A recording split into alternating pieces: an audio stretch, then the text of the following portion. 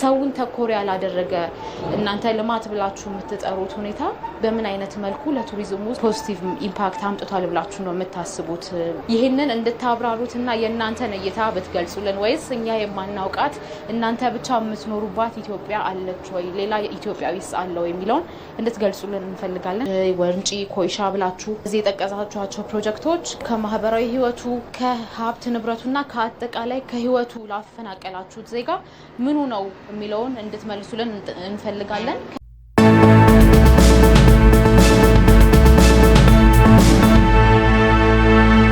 ትብብር ለኢትዮጵያ አንድነት የተሰኘው ቅንጅታችን የፖሊሲ አማራጮቹ ምንድናቸው የሚለውን በማጠቃለያ ሀሳብ የማቀርብ ይሆናል። አሁን ጥያቄዎችን እጠይቃለሁ። ጥያቄዎች አብዛኞቹ ለብልጽግና ፓርቲ ናቸው። የመጀመሪያው ጥያቄ የማዕድን ሰራተኞች ያለ ፍቃዳቸው አሁን እናንተ ባስቀጠላችኋቸው ጦርነቶች ምክንያት ወደ ጦር ሜዳ እየታፈሱ ስለመሆኑ አታውቁም ወይ? እንዴት ላታነሱት ወደዳችሁ? ምክንያቱም ይህንን እኛ በደንብ በመረጃ ጭምር የምናውቀው ስለሆነ እንደምታውቁት የዘርፍ ሰራተኞችን መብት ፕሮቴክት ሳያደርጉ የዘርፎችን አሳድጋለሁ የሚባለው ነገር እጅግ በጣም ውሸት እንደሆነ ስለምንረዳ ስለምናቀኛ ብቻ ያልነው ሳይሆን ስለሆነም ጭምር ማለት ነው። ሁለተኛው ጥያቄ አሁን በጠቀስኳቸው ጦርነቶች ምን ያህል ቅርስ እንደወደመ አታውቁም ወይ? ሌሎች ወንጪ ኮይሻ ብላችሁ እዚህ የጠቀሳችኋቸው ፕሮጀክቶች ከማህበራዊ ህይወቱ ከሀብት ንብረቱና ከአጠቃላይ ከህይወቱ ላፈናቀላችሁት ዜጋ ምኑ ነው የሚለውን እንድትመልሱልን እንፈልጋለን። አለው ሁኔታ የምታገኙት ወይ የሚገኘው ገቢስ ለጦርነትና ለቤተ መንግስት እንደሚውል የኢትዮጵያ ህዝብ አያውቅም ብላችሁ ነው ወይ የምታስቡት የሚለውን ለመጠየቅ እንወዳለን። ሌላው ጥያቄያችን ትኩረታችንን የኢኮኖሚ ሉዓላዊነት ለማስጠበቅ ነው ብላችኋል ቅድም። ፓርቲያችሁ በተደጋጋሚ ላለፉት 7 ዓመታት እንኳን የኢኮኖሚ ልዕልና ይቅርና የሀገርና የህዝብ ልዕልናን ደፍሮ ያስደፈረ ስለመሆኑ አታውቁም ወይ የሚለውን እንድትመልሱልን እንፈልጋለን። በተመሳሳይ አሁን ላይ ባለው ጦርነት ምክንያት ወደ ኢንዱስትሪው ስንመጣ የተዘጉ ፋብሪካዎች አሉ፣ ኢንዱስትሪዎች አሉ። ቁጥራቸውን እዚህ ጋር መዘርዘር አይጠበቅብኝም። በጣም ብዙ ናቸው፣ የምናውቃቸውም ማናውቃቸውም ስላሉ ማለት ነው።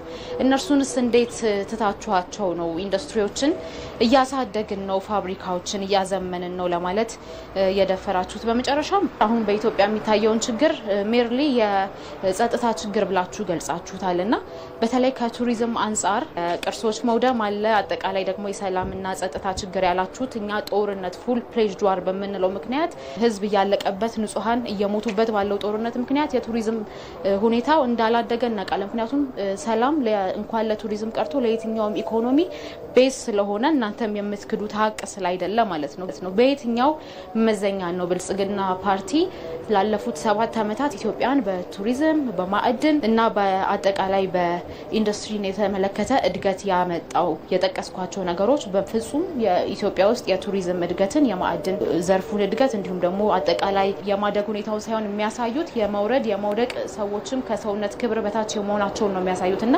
ሰውን ተኮር ያላደረገ እናንተ ልማት ብላችሁ የምትጠሩት ሁኔታ በምን አይነት መልኩ ለቱሪዝሙ ፖዚቲቭ ኢምፓክት አምጥቷል ብላችሁ ነው የምታስቡት? ይህንን እንድታብራሩትና የእናንተን እይታ ብትገልጹልን፣ ወይስ እኛ የማናውቃት እናንተ ብቻ የምትኖሩባት ኢትዮጵያ አለች ወይ ሌላ ኢትዮጵያዊስ አለው የሚለውን እንድትገልጹልን እንፈልጋለን። እናመሰግናለን። ቀደም ሲል አንዱ ሲነሳ የነበረው ጥያቄ በተለይ ከትብብር በኩል ኢትዮጵያ በተለይ ሰሜናዊ ኢትዮጵያ አካባቢ ላይ ያሉ ግጭቶች እነዚህ እያሉ እንዴት ይሄን ያህል የቱሪስት ቁጥር ተመዘገበ የሚል ሀሳብ ተነስቶ ነበር። የብልጽግና ኢትዮጵያስ የተለየች ናት ወይ የሚል ጥያቄ ተነስቶ ነበር። አዎ የብልጽግና ኢትዮጵያ የተለየች ናት። የብልጽግና ኢትዮጵያ ሰሜናዊ ኢትዮጵያ ብቻ አይደለች። የብልጽግና ኢትዮጵያ ሰሜኑንም ደቡቡንም ምዕራቡንም ምስራቁንም በአጠቃላይ ኢትዮጵያን በምሉእነት የሚመለከት ፓርቲ ነው። ከዚህ ጋር በተገናኘ የኢትዮጵያ የቱሪዝም ሀብቶች እጅግ በጣም ብዙ ናቸው። እንኳን አሁን ከተሰሩት ቀርቶ ከዚህ በኋላ 10-20 ዓመታት በስፋት ሊሰራበት የሚገባ እና እንደ ሀገር ልናገኘው የሚገባው ጥቅም በዛው ልክ ማደግ ያለበት ዘርፍ ነው። ከዚህ በፊት የብልጽግና ፓርቲ የሚመራው መንግስት ከመምጣቱ በፊት የቱሪዝም ዘርፍ ከማህበራዊ ዘርፍነቱ ባሻገር ራሱን ችሎ በመንግስት ቀጥተኛ ኢንቨስትመንት እየተደረገበት የነበረ ዘርፍ አይደለም። ስለዚህ ይሄ ለተከታታይ አመታት እንደ ሀገር ልናገኝ ይገባው የነበረውን ጥቅም አስቀርቶብናል። አሁን ብልጽግና እየሰራ ያለው ይህንን ሀቅ ለመቀየር ነው። እንደ ሀገር ባለፉት ጥቂት አመታት ባለፉት 4-5 አመታት ብቻ በተለይ በዓለም አቀፍ ደረጃ ትልቅ ተጽዕኖ አሳድሮብን የነበረው የኮቪድ ወረርሽኝ ያሳደረውን እስከ 0 የሚደርስ በአጠቃላይ በብዙ ሀገራት ላይ የነበረውን የቱሪስት እንቅስቃሴ በፍጥነት እንዲያገግም በማድረግ ኢትዮጵያን ከቀዳሚ አፍሪካ ሀገራት መካከል ሲያሰልፋት ያለ ምክንያት አይደለም። እነዚህ በተለያዩ ቦታዎች ላይ በመንግስት ትኩረት ተሰጥቷቸው በተለያየ የፋይናንስ ሞዴል እየተሰሩ ያሉት መዳረሻዎች እየታደሱ ያሉት ጥንታዊ ቅርሶቻችን የፈጠሩት እድል ነው ዳግም ወደዚህ እድገት እንድንገባ ያደረገው። በነገራችን ላይ ከጥቂት ቀናት በፊት የዩኤን ቱሪዝም ያወጣው መረጃ አለ። ይሄ መረጃ ምንድነው የሚያሳየው? በዓለም አቀፍ ደረጃ ከፍተኛ እድገት በቱሪዝም ዘርፍ ላይ ያስመዘገቡ ካሉ ሀገራት መካከል አንዷ ኢትዮጵያ መሆኗን እና 15% ዓመታዊ እድገት በ2025 ዓመት ብቻ ያስመዘገበች ሀገር መሆኗን አንስቷል። ይሄ የመጣው መንግስት ለዘርፉ የሰጠው ልዩ ትኩረት እና የሰራቸው እነዚህ መዳረሻዎች ናቸው።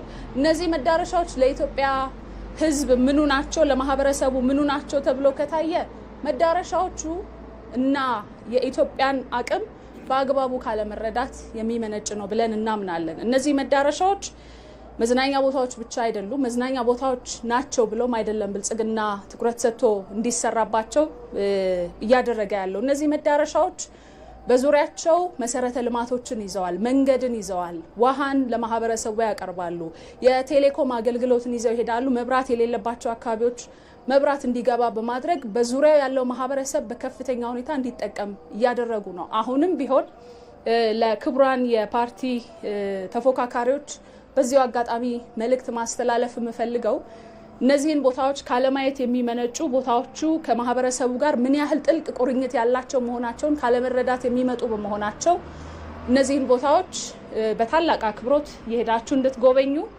ቦታዎቹን እንድታዩና ማህበረሰቡ ምን ያህል ከነዚህ ስራዎች እየተጠቀመ እንደሆነ ሊጠፉ ደርሰው የነበሩ ቅርሶቹ እየተጠበቁለት ከዚህ በፊት ታይተው የማይታወቁ አካባቢዎች ዳግም እንዲለሙ ለልጆቹ የስራ እድል እንዲፈጠርለት ማድረግ አስችሏል። በነገራችን ላይ ባለፉት ጥቂት አመታት ብቻ በቀጥተኛ የቱሪዝም ኢንዱስትሪው ከ1 ሚሊዮን ያላነሰ የስራ እድል ተፈጥሯል። እነዚህን ቁጥሮች የምናነሳው በዓለም አቀፍ ደረጃ እውቅና ያላቸው ስለሆኑ ነው። እንደ ተቋም እንደ መንግስት የሚወጡ መረጃዎች ብቻ አይደሉም። የዩኤን ቱሪዝም በተለያዩ ጥናቶች በዓለም አቀፍ ደረጃ ያወጣቸው ቁጥሮች ናቸው። እየተከታተላችሁ ያላችሁት የ7ኛው ጠቅላላ ምርጫ የፖለቲካ ፓርቲዎች የክርክር ጊዜን ነው። የፖለቲካ ፓርቲዎች የሀገሪቱን የቱሪዝም ሀብት ማዕድንና ኢንዱስትሪውን ለመምራት የሚያስችላቸውን የፖለቲካ አማራጭ፣ የፖለቲካ ፍልስፍና ለመራጩ ማህበረሰብ የሚያስተዋውቁበት፣ የሚከራከሩበት፣ የሚጠይቁበት ጊዜ ነው። 7ኛው ጠቅላላ ምርጫ የፖለቲካ ፓርቲዎች የክርክር ጊዜ ከንድፈ ሐሳብ ወደ መፍትሄ አማራጭ የምንሻገርበት ድልድይ ላይ ደርሰናል። የሐሳብ ሜዳው የኢትዮጵያ ቱሪዝም ወደ ዓለም አቀፍ የሀብት ምንጭነት ለመለወጥ ፓርቲዎች ይዘውት የመጡት ስልታዊ ፍኖተ ካርታ ምንድን ነው? የሀገሪቱን ማዕድን ሀብት ለግንባታ ለህዝብ ተጠቃሚነት ለማዋል ምን አይነት የፖለቲካ ፕሮግራሞችን ቀርጸዋል? ኢትዮጵያን ወደ ግዙፍ ኢኮኖሚ ለማሸጋገር ምን አይነት የኢንዱስትሪ ልማት አቅጣጫዎችን ይከተላሉ? በሶስተኛው የክርክር ምዕራፍ የምንመለከተው ይሆናል። ክቡራትና ክቡራን፣ የኢትዮጵያ ብሮድካስቲንግ ኮርፖሬሽን በሬዲዮ፣ በቴሌቪዥን፣ በዶት ስትሪም የማህበራዊ ሚዲያ አማራጮች ይህንን የፖለቲካ ፓርቲዎች የክርክር ፕሮግራም ወደ እናንተ እያደረሰ ይገኛል። ዛሬ በዚህ መድረክ ላይ የተገኙት የብልጽግና ፓርቲ፣ የኢትዮጵያ ዜጎች ለማህበራዊ ፍትህ ፓርቲ፣ ትብብር ለኢትዮጵያና የአማራ ብሔራዊ ንቅናቄ ፓርቲዎች ናቸው። እንቀጥላለን። ኢዜማ የሀገሪቱን የቱሪዝም ሀብት ህዝባዊ ለማድረግ የዜግነት ፖለቲካን እንደሚከተል ተቋም ያስቀመጠው የቱሪዝም ግልጽ ሞዴል ምንድን ነው? ኢንዱስትሪን በሚመለከት የሀገር ውስጥ አምራቾች በዓለም አቀፍ ገበያ ውስጥ ሲገቡ ለኪሳራ እንዳይዳረጉ ነፃ ገበያና በአምራቾች ውድድር መካከል የሚኖረውን ተቃርኖ እንዴት ታስታርቁታላችሁ? እነዚህንና ቀደም ሲል ለተነሱ ጥያቄዎች ማብራሪያ የምትሰጡበት ጊዜ ነው። 10 ደቂቃ ጊዜ ያላችሁ፣ መቀጠል ይቻላል። ከብልጽግና የተነሳው አንደኛው ጥያቄ ስኬታማ የሆኑ ባለሀብቶችን እንዴት ነው የምትመለከቷቸው? ስኬታማ የሆኑ ባለሀብቶች ብቻ ሳይሆን አዳዲስ ባለሀብቶችን ሊፈጥር የሚችል ለሁሉም ዜጎች በተለይም ስራ ለሚፈጥሩ ባለሀብቶች ተመሳሳይ የሆነ አድሎ የሌለበት እድል የሚሰጥ ማህበራዊ ፍትህን መሰረት ያደረገ የፖሊሲ አቅጣጫ ነው የምንከተል። ይሄ ማለት ጥገኛ ባለሀብቶችን የሚፈጥር ስርዓት እንከተላለን ማለት አይደለም። ጥገኛ ባለሀብቶች ምን ሊያመጡ እንደሚችሉ ያየንበት ሁኔታ ነው ያለው። ጥገኛ ባለሀብቶች በመሰረታዊነት የምንከተለውን የማህበራዊ ፍትህ እሳቤን በማዛባት የተወሰኑ የህብረተሰብ ክፍሎችን ብቻ ተጠቃሚ የሚያደርግበት እድል ይፈጥራሉ። ስለዚህ አድሎ ያለበትን አሰራር በማስወገድ ለሁሉም ባለሀብቶች ተመሳሳይ እድል የምንፈጥርበት ሁኔታ እንፈጥራለን። ሌላኛው ሰራተኛ መብትን ሳንጠብቅ ለተወዳዳሪነት ብቻ ይሄ እሳቤ ከኋላው ምን አለ? ርካሽ የሰው ጉልበት አለ ኢትዮጵያ ውስጥ። ስለዚህ ዝቅተኛ ለኑሮ የማይመጥን ቤተሰቡን ማስተዳደር የማያስችለው ደሞዝ እየተከፈለው ለተወዳዳሪነት ሲባል መብቱን የኑሮ እድሉን የሚነፍግ የደሞዝ ሁኔታ ሊኖር አይገባም። ለሰራተኛው ክብሩን የሚመጥን ክፍያ በመስጠት ምርታማነትን ከፍ በማድረግ ተወዳዳሪነትን ማሳደግ ይቻላል። ዝቅተኛ ክፍያ ስለተከፈለ ወጪ ቀንሶ ከፍተኛ ምርት ይገኛል ማለት አይደለም። ደህና የማይበላ ሰራተኛ ፕሮዳክቲቪቲው ይቀንሳል። ስለዚህ እናተርፋለን ስልን እናጎድላለን።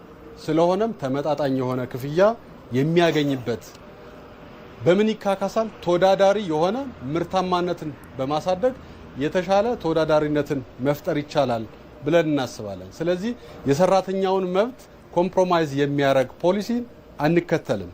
ይህ ሁለቱን ሚዛን የጠበቀ አካሄድ ይሆናል ማለት ነው። ሌላኛው አሁን ያለው የቱሪዝም ፖሊሲ በየአካባቢው የተለያዩ የቱሪስት መስህቦችን መዘርጋት ነው። አንደኛው አሁን እየጎደለን ያለው የቱሪስት መስህቦች መዘርጋት ተገቢ ነው። መሰረተ ልማት ማስፋፋት ተገቢ ነው። ነገር ግን እነዚህ መሰረተ ልማቶች በምን ያህል ጊዜ ነው የወጣባቸውን ወጪ የሚመልሱ የሚለው የሚመልስ አይደለም። ቱሪዝም በዋናነት አጠቃላይ ኢኮኖሚ፣ በተለይ ቱሪዝም ደግሞ ከሰላም ጋር ቀጥተኛ ግንኙነት አለ። ሰላም እጦት በተለያዩ ቦታዎች ባለበት ሁኔታ ጎብኚ የማያያቸው የቱሪዝም መሰረተ ልማቶችን መገንባት ምን ያህል አዋጪ ነው? ለነዚህ መሰረተ ልማቶች የምናወጣውን ገንዘብ ወደ ሌሎች አምራች ዘርፎች በተለይም ወደ ማኑፋክቸሪንግ ብናዞረው ከፍተኛ የሰው ኃይል ቅጥር ሊፈጥርልን አይችልም ነበር ወይ? ኢዜማ የሚከተለው የቱሪዝም ሞዴል የቱሪዝም መሰረተ ልማት በሚስፋፋባቸው ቦታዎች ላይ ተጠቃሚ ሊሆኑ የሚችሉ ዜጎችን ተጠቃሚ የሚያደርግ እንደገና ደግሞ በቅጥርና በተለያዩ ሁኔታዎች መልሶ ዜጋውን የሚቀጥር ማህበራዊ ፍትህን የሚያሰፍን የቱሪዝም ፖሊሲ ነው ተግባራዊ ምናል። የማዕድን ዘርፍ በሚመለከት ያነሳው የሽኩቻ አውድ ነው። ልክ ነው። ለምንድን ነው የሆነው? መሰረታዊ ምክንያት አሁን የምንከተለው ዜግነትን መሰረት ያደረገ ሳይሆን ብሔርን መሰረት ያደረገ መሬትን ፖለቲካ አስተሳሰብ ጋር ያስተሳሰረ አካሄድ ስለሆነ በአንድ ቦታ ያለው የማዕድን ሀብት ለሌሎች ኢትዮጵያውያን የማይደርስ ሁኔታ የፈጠረ ነው። ስለዚህ ይህንን ልናስወግድ የምንችለው መሰረታዊ የፖለቲካ ሀሳቢያችን በዜግነት አምድ ላይ በማቆም በየትኛውም ማዕዘን የሚገኝ የኢትዮጵያ ሀብት የሁሉም ኢትዮጵያዊ ሀብት እንዲሆን በማድረግ ከዚህ የሚገኘው ውጤት ደግሞ ለዜጎች እንዲደርስ በማድረግ ይህንን መፍታት እንችላለን። ሌላው በዓለም አቀፍ ገበያ ውስጥ ምርታማነትን የሀገር ውስጥ በመጀመሪያ ደረጃ ወደ ውጭ የምንልካቸውን ምርቶች የሀገር ውስጥ ምርትን ታሳቢ ያደረጉ ናቸው። ኢምፖርት ሰብስቲቱት የሚያደርጉ መሰረታቸው ጥሬ ዕቃዎቻቸው በአብዛኛው በሀገር ውስጥ ላይ የተመሰረቱ ይሆናሉ። ስለዚህ እነዚህ ደግሞ ኮምፒቲቲቭነሳቸውን ይጨምራል። ከውጪ የሚደርስባቸውን ጫና በተወሰነ ደረጃ የመቀነስ አቅም አለ። ቀሪዎቹን የተነሱ ጥያቄዎች ለጓደኛዬ እሰጣለሁ። አጠቃላይ ጥያቄዎችን ይዘት ለመመለስ እሞክራለሁ። በዋነኝነት ቱሪዝም ላይ ኢትዮጵያ ካላት የረጅም ታሪክ ሂደት ከባህል ከታሪክ ከቅርስ አንጻር ዜጋ ተኮርና የኢትዮጵያን በተለይ ሃይማኖታዊ ባህላዊ እሴት የጠበቀ የቱሪዝም ፖሊሲ መከተል እንዳለብንና በተለይ ደግሞ በእውቀት መር የሆነ የፖለቲካ ፍልስፍና ስለምንከተል ቅድም ያልተጠቀሰ ነው። ዋነኛው አዲስ የሆነ የቱሪዝም ካሪኩለም መዘጋጀት እንዳለበት እናምናለን። ይሄ ዘርፍ ቱሪዝም አሁን ላይ ጥንቃቄ የሚፈልግና በተለይ ከሰብአዊ መብት አንጻር ዜጎች እየተሰራ ያለውን ልማት እንዲደግፉት እንዲጠቀሙበትና እንዲከተሉት የሚያደርግ ፖሊሲ ነው የምንከተለው። ከዚህ ጋር ተያይዞ ለኢትዮጵያን ሕዝብ ልንነግረው የምንፈልገው ነገር የአባይን ልጅ ውሃ ጠማው እንደሚባለው ኢትዮጵያ በቅባት እህሎች እጅግ በጣም ቀዳሚ የሆነ ሀብት ይዛ በተለይ በየቤቱ አሁን ላይ የዘይት ምርት እጅግ ውድ የሆነበት አጋጣሚ ስላለ ይህንን ትኩረት የሚያደርግ አምራችነትን ሰፋ የሚያደርግ ፖሊሲ እንደምንከተልና በተለይ ከዛሬ 5 ዓመት በፊት የነበረው የዘይት ዋጋ አሁን ላይ ስንት ነው የሚለው የኢትዮጵያ ሕዝብ የሁሉም ሕዝብ በየቤቱ ያለው ጥያቄ ነው። ይህ የአምራችነት ጉድለት ስለሆነ በዚህ ምርት ላይ ጥገኛ የሆንን ስለሆንን ከፍተኛ የሆነ ትኩረትና ለውጥ የሚፈልግ ዘርፍ ይሆናል። አጠቃላይ ቱሪዝሙ ለማህበረሰብ ልማት፣ ለአካባቢ ጥበቃ ድርሻውን መውሰድ አለበት። ዜጎች በአሁን ሰዓት ላይ ጥያቄ አላቸው። እየተሰራ ያለውን ልማት የመደገፍ የመጠበቅና የመንከባከብ ግዴታ አለባቸው። ይህ እየሆነ ባለመሆኑ ኢዜማ ይህንን መልእክት ማስተላለፍ ይፈልጋል። በድጋሚ እናመሰግናለን። ሶስተኛው ምዕራፍ የፖለቲካ ፓርቲዎች የክርክር ጊዜ ላይ እንገኛለን። ሁለተኛው አቅራቢ አብን በብሔር የተደራጀ የፖለቲካ ፓርቲ እንደሆነ ይታወቃል። በብሔርና በሀገራዊ መረጋጋት መካከል ያለውን ተቃርኖ እንዴት አስታርቆ ነው የኢትዮጵያን ቱሪዝም ወደ ዓለም አቀፍ ገበያ የሚያቀርበው? ማዕድንን በሚመለከት የማዕድን ሀብት ክፍፍል በክልልና በፌዴራል መንግስታት መካከል የባለቤትነት ሽኩቻዎች በተደጋጋሚ ይቀርቡበታል። አብን ይህን ችግር ለመፍታት የሚከተለው የፊዚካል ፌዴራሊዝም ሞዴል ምንድን ነው? ኢንዱስትሪን በሚመለከት ቀደም ሲል ኢትዮጵያን ወደ ኒውክሊየር ሽግግር እንወስዳታለን ብላችኋል። 5 ዓመታት የስልጣን ጊዜ ቢኖራችሁ ከየት ተነስታችሁ ነው ኢትዮጵያን ወደ ኒውክሊየር ሽግግር የምታደርሷት? ቀደም ሲል ለተነሱ ጥያቄዎች ምላሽ የሚሰጡ ይሆናል። ዋነኛው ሞዴላችን የቱሪዝም ሞዴል ሀገሪቱ ያላትን ጸጋ መጠቀም ላይ ያተኩራል። እሱንም ኢንስቲቱሽናላይዝ ማድረግ ላይ ያተኩራል። በልዩነት ደረጃም ሰላምን የቱሪስት መስህብ፣ ሰላምን የኢንዱስትሪ መስህብ ማድረግ ይቻላል ብሎ ይነሳል ንቅናቄ። ኢንስቲቱሽናላይዝ ያደርጋል ሲባል በእውቀት ይመራል። ተቋማቶች፣ ሌሎች ተቋማቶች የቱሪዝም ኢኮኖሚውና የማዕድን ልማቱ አካል ይሆናሉ። ተመጋጋቢነታቸውን እየተነተነና እያጠና በየወቅቱ በትንታኔው መሰረት ደግሞ ግብአቶችን ያቀርባል ማለት ነው። የሰው ኃይሉም ቁሳዊ ሀብቱም ተቋማዊ መር ሆኖ የእውቀትና የሳይንስ ምርምሮች ለዛ ግብአት በሚሆንበት አግባብ ይሰራል የሚለው እንዲያዝል ይፈልጋል። የብሔር ፖለቲካ የቱሪዝም ኢኮኖሚን አይመራም የሚል ዓለም አቀፍ ሳይንስ የለም። የኢትዮጵያ ሕገ መንግስት ለብሔር ፖለቲካ ለምን ከፍተኛውን ክብደት ሰጠ የሚለውን ጥያቄ መመለስ ይፈልግ ነበረ።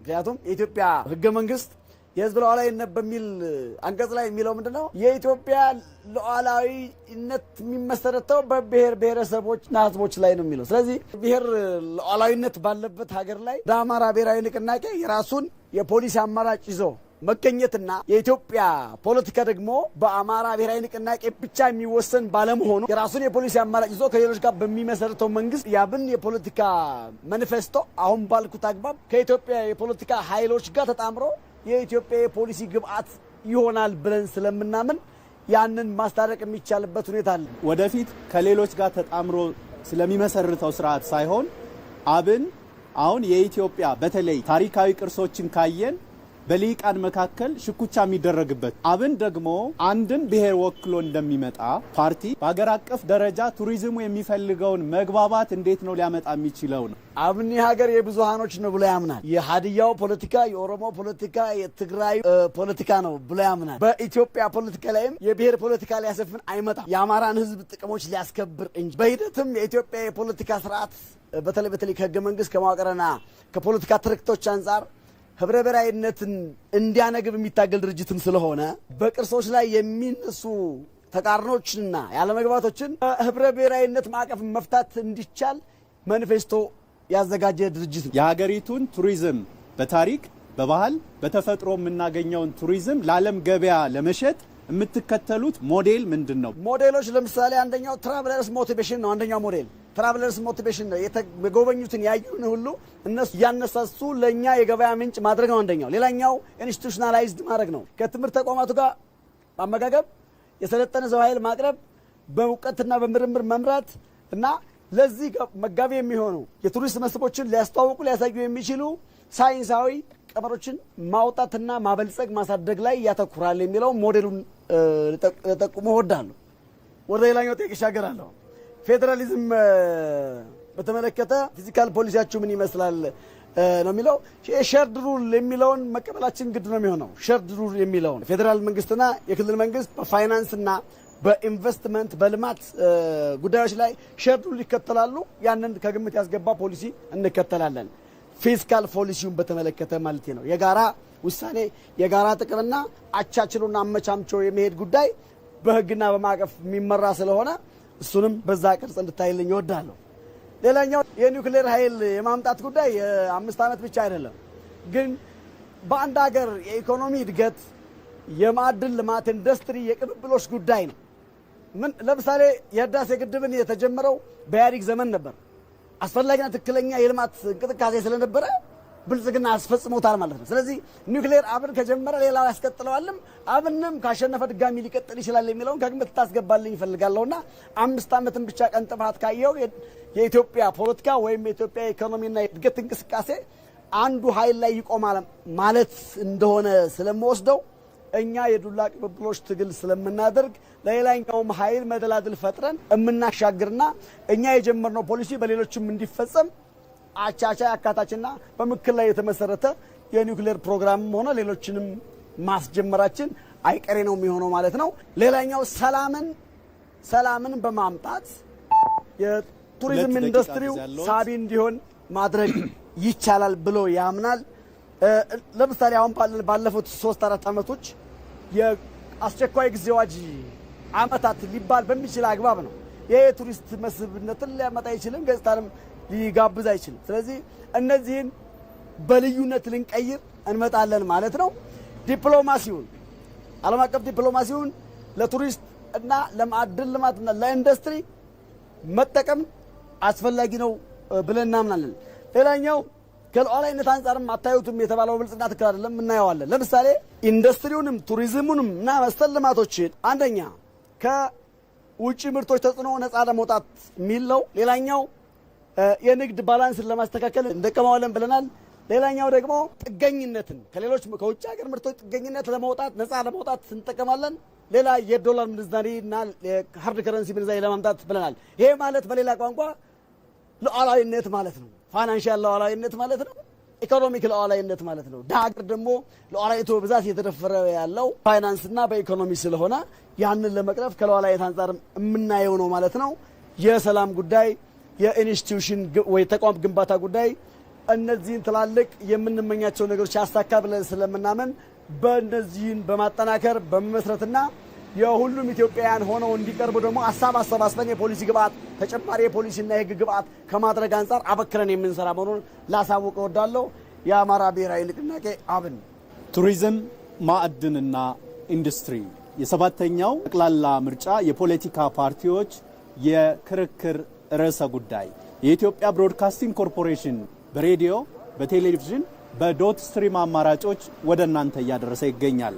የሶስተኛው ምዕራፍ ሶስተኛው ተናጋሪ የብልጽግና ፓርቲ ይሆናል። ፓርቲው ቀደም ሲል ከሌሎች የፖለቲካ ፓርቲዎች በርከት ያሉ ጥያቄዎች ተነስተዋል። እነሱንና እኔም ለማነሳቸው ጥያቄዎች ምላሽ የሚሰጥ ይሆናል ማለት ነው። የብልጽግና ፓርቲ በሰላም እጦትና በቱሪዝም ግንባታ መካከል ያለውን ቅራኔ እንዴት ነው የሚያስታርቀው? ሁለተኛ፣ በማዕድን ሀብት ኢትዮጵያ ወርቅ፣ ፖታሽን ጨምሮ በርካታ ሀብት ያላት ሀገር እንደሆነች ይታወቃል። ይህንን ሀብት በአግባቡ መጠቀም የሚያስችል ግልጽ የሆነ የማዕድን ሞዴሉ ምንድነው? ሶስተኛው ቀደም ሲል የኢንዱስትሪ ዘርፉን ለማሻሻል የማክሮ ኢኮኖሚ ማሻሻያን ጨምሮ የኢንዱስትሪ ሽግግርና ሌሎች በንድፈ ሐሳብ ደረጃ ከፍተኛ ውጤት ያመጣሉ የተባሉ ማሻሻያዎችን ሲያደርግ ቆይቷል። እነዚህ ማሻሻያዎች የሀገር ውስጥ ኢንዱስትሪና አምራቹን እውነት እያዳነው ነው ወይስ እያከሰረው? 10 ደቂቃ አላችሁ፣ መቀጠል ይቻላል። እናመሰግናለን። ከተፎካካሪዎች ፓርቲዎች የተነሱን ጥያቄዎች አንድ ባንድ ለመመለስ እንሞክራለን። በተለይ ለፓርቲ ደጋፊዎች አሁንም ድጋፍ ይሰጣል የሚለው ያው የቀደመውን ሁኔታ የሚያሳይ እንጂ የፓርቲያችንን ሁኔታ የሚያሳይ አይደለም። በፋይናንስ እንኳን ብናይ 90% የሚሆነውን ፋይናንስ ለግል ዘርፍ መስጠት ችለናል። ፓርቲያችን በላባቸው ታትረው የሚሰሩ ኢንዱስትሪያሊስቶችን፣ የቱሪዝም አንቀሳቃሾችን፣ በማዕድን ዘርፍ ውስጥ ያሉ በባህል የማዕድን አውጪዎችን ፎርማላይዝ በማድረግ እየደገፈ ወደ ልማት እንዲገቡ አድርገናል። በዚህም አማካኝነት ውጤታማ የሆኑ አምራች ዘርፍ ተዋናያንን መፍጠር ችለናል። በኢንዱስትሪ ፓርኮቻችን የሀገር ውስጥ ባለሀብቶች በስቴት ጭማሪዎች ውስጥ በአግባቡ እንዲሳተፉ ማድረግ ችለናል። ከሰራተኛ መደብ አንጻር የተነሳውን ጥያቄ ይሄም በቀድሞ የነበረውን አሰራር እንጂ የፓርቲያችንን አቋም አያሳይም። ፓርቲያችን የሰራተኛውን መደብ መብት ለማስከበር ሚኒመም ዌጅ ወይም ደግሞ የዝቅተኛ የደሞዝ ወለል ተግባራዊ ለማድረግ የህግ ማዕቀፍ አዘጋጅቷል። ከዛም ባለፈ በኢንዱስትሪ ፓርኮች ውስጥ መብታቸው እንዲከበር፣ ቤት እንዲያገኙ፣ ሕክምና እንዲያገኙ ድጋፎችን እንዲደረግላቸው እያደረገ ይገኛል። ከኢንዱስትሪ አንጻር ከጂዲፒ ያለው ሼር እየቀነሰ ነው የሚለው በአንጻራዊነት አንዱ መለካ ቢሆንም በመጠን ስናይ የኢንዱስትሪ ዘርፉ በከፍተኛ ሁኔታ አድጓል። ሆኖም ግን የግብርና ዘርፋችን የኢንዱስትሪ ዘርፋችንም እያደገ በመሄዱ ይሄ በአንጻራዊነት የተመለከተውን ማስረጃ ሳይሆን በኢንዱስትሪ ዘርፍ የፈጠርነውን እሴት እንዲሁም ደግሞ የስራ እድልን ማየት እንችላለን። ባለፉት 5 ዓመታት ብቻ በኢንዱስትሪ ዘርፍ 4 ሚሊዮን የሚጠጋ የስራ እድል ፈጥረናል ማለት ነው። ይሄ የሚያሳየው በኢንዱስትሪ ዘርፍም የተሻለ ሁኔታ ውስጥ የደረሰ መሆኑን ያሳያል። ጦርነት፣ ግጭትን በተመለከተ የተነሳው ጥያቄ የኢትዮጵያ ነባራዊ ሁኔታ የሚያመለክት አይደለም። ቱሪዝምን ፓርቲያችን በገበታ ለሸገር፣ በገበታ ለሀገር፣ በገበታ ለትውልድ ከኢኮኖሚ ምንጭነታቸው ባለፈ የወል ትርክትን የህዝቦችን ትስስርን ለማጠናከር እንዲሁም ደግሞ የተለያዩ አካባቢዎች ያላቸውን እምቅ ኢኮኖሚ አቅምን ወደ ስራ ለማስገባት ማዕከል በማድረግ ሰርቷል። ይህንንም በማድረጋችን የተለያዩ አካባቢዎች ያላቸውን እምቅ አቅም ማውጣት ችለናል። ይህንንም የኢትዮጵያ ህዝብ የሚመሰክረው ነው። ከዛ ባለፈ ግን እዚህ ስለ ግጭት፣ ስለ ጦርነት የሚያነሱ ፓርቲዎች በተለይ ትብብር ውስጥ ያሉ ፓርቲዎች እንደ ኢህአፓ ያሉ ፓርቲዎች ግጭትን በይፋ አያወግዙ። ይሄ የሚያሳየው የብልጽግና ፓርቲያችን የወደሙ የጉዳት የደረሰባቸውን ቅርሶች በየጊዜው ወደ ስራ እያስገባ ቢሆንም በአንጻሩ ደግሞ ተቃዋሚ ፓርቲዎች ግጭትን እንደ መንስኤ ያነሱም ያንን የሚያስተካክሉ ያንን የሚያወግዙ እርምጃዎችን ያወስዱ። በማዕድን ዘርፍም ስናይ ፓርቲያችን ማዕድንን እንደ አንድ የኢኮኖሚ ምንጭ በመውሰድ ዜጎች በየደረጃው ተጠቃሚ እንዲሆኑ የሚያደርጉ እርምጃዎችን ወስዷል። በተለይ በማዕድን አካባቢ ያሉ ማህበረሰቦች ተጠቃሚ እንዲሆኑ፣ ከዛም ባለፈ ደግሞ ህብረ ብሔራዊ ፓርቲ በመሆናችን ማዕድን የጋራ ሀብታችን መሆኑን ያምናል። ከዛ ጋር በተያያዘ ዜጎች ተጠቃሚ እንዲሆኑ አድርገናል።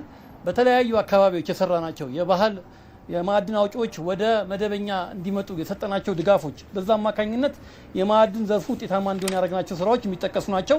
ኮንትሮባንድን ከመከላከል አንጻር የወሰድናቸው የማክሮ ኢኮኖሚ ማሻሻያዎች ማዕድን ዘርፍ ውጤታማ እንዲሆን አድርገዋል። የማዕድን ኤክስፖርት ከ200 ሚሊዮን ወደ 3.6 ቢሊዮን ዶላር ያደገው በሰራናቸው ሪፎርሞች ነው። አንዳንድ የአሰራር ክፍተቶች የሉም አንልም። በኮንትሮባንድ አንጻር ግን በመጠነ ሰፊ የሆኑ ስራዎችን በመስራት ያንን ፈተናል ነው። ከጋዜጠኛው የተነሳው በሰላም እጦትና በቱሪዝም መካከል ያለውን ጉዳይ ቀደም ብዬ እንዳነሳሁት ቱሪዝምን ከፍ አድርገን ነው የምናየው። እኛ የፈጠርናቸው የቱሪዝም መዳረሻዎች መጠነ ሰፊ የሆኑ አማራጭ የቱሪዝም መዳረሻዎችን ፈጥረውልናል። ያገኘነውም ውጤትም ያንን ነው የሚያመለክተው። የሰላም እጦቱ በቱሪዝም እንቅስቃሴው ላይ ተጽዕኖ አላሳደረም? ተጽዕኖ አሳድሯል ማለት አንችልም። ምክንያቱም ቱሪዝም ፍሰት በከፍተኛ ሁኔታ አድጓል። የቱሪዝም መዳረሻዎችን አስፍተናል። ከቱሪዝም የምናገኘውን ኢኮኖሚያዊ ጠቀሜታ አግኝተናል። ኢትዮጵያ በአፍሪካ ቁጥር 1 ከሚባሉ የቱሪዝም መዳረሻዎች ውስጥ የምትጠቀስ ናት። ከ11 በላይ የሚደርሱ ዓለም አቀፍ ቅርሶችን ያስመዘገበች ሀገር ናት። ከቱሪዝም ዘርፉ የሚገኘው ሀብት ቢመዘን ከአፍሪካ 10 እስከ 20ኛ ደረጃ ውስጥ ያለች ነው። ይሄ ከሰላሙ ጋር ሊያያዝ አይችልም ወይ? ሰላሙ በትክክል በቱሪዝም ፍሰቱ ላይ ያሳደረው ተጽዕኖ የለም? ይህንን ጥያቄ ሰፋ አድርገን መመልከት ይኖርብናል። አንደኛው እይታችን መሆን ያለበት ኢትዮጵያ ትልቅ ሀገር ናት።